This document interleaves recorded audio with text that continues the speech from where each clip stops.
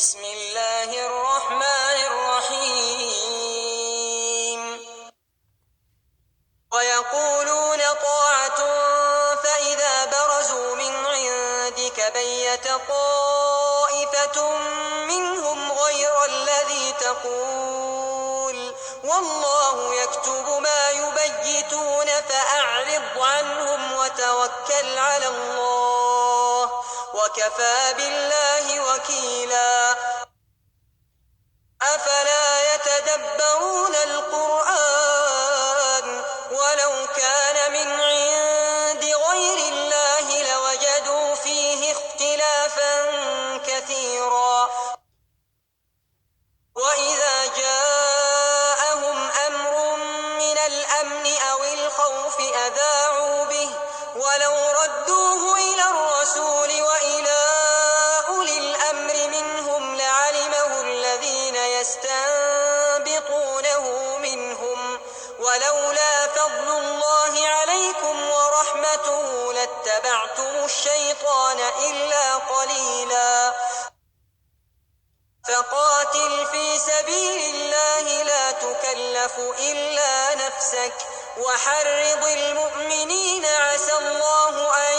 يكف بأس الذين كفروا والله أشد بأسا وأشد تنكيلا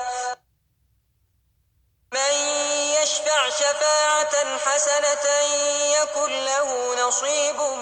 منها ومن يشفع شفاعة سيئة يكن له كفل منها وكان الله على كل شيء مقيتا وإذا حييتم بتحية فحيوا بأحسن منها أو ردوها إن الله كان على كل شيء حسيبا الله لا إله إلا هو ليجمعنكم إلى يوم القيامة لا ريب فيه ومن أصدق من الله حديثا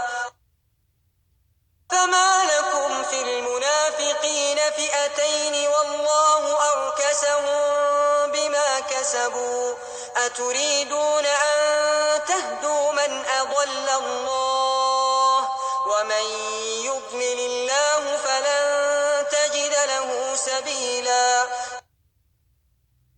ودوا لو تكفرون كما كفروا فتكونون سواء فلا تتخذوا منهم أولياء حتى يهاجروا في سبيل الله فإن تولوا فخذوهم واقتلوهم حيث وجدتموهم ولا تتخذوا منهم وليا ولا نصيرا إلا الذين يصلون إلى قوم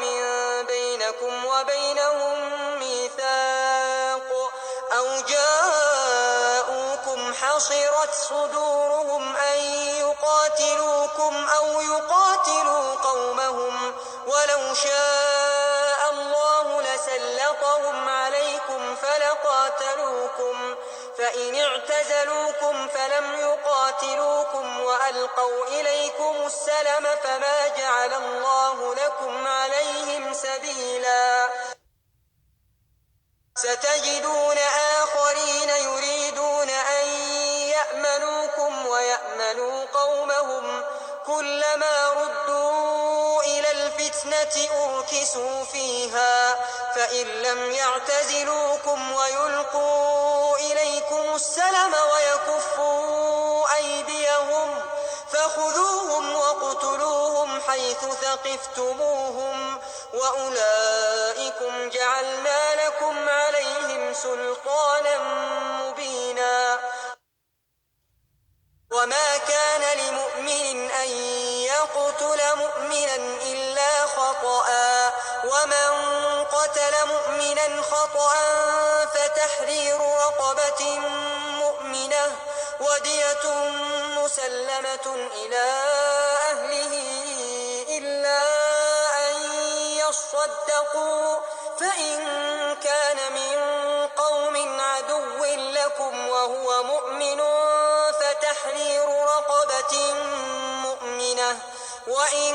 كان من قوم بينكم وبينهم ميثاق فدية مسلمة إلى أهله وتحرير رقبة مؤمنة فمن لم يجد فصيام شهرين متتابعين توبة من الله وكان الله عليما حكيما ومن يقتل مؤمنا متعمدا فجزاؤه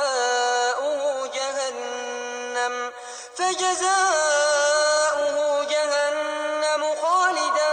فيها وغضب الله عليه ولعنه وأعد له عذابا عظيما يا أيها الذين آمنوا إذا ضربتم في سبيل الله فتبينوا ولا تقولوا لمن ألقى إليكم السلام لست مؤمنا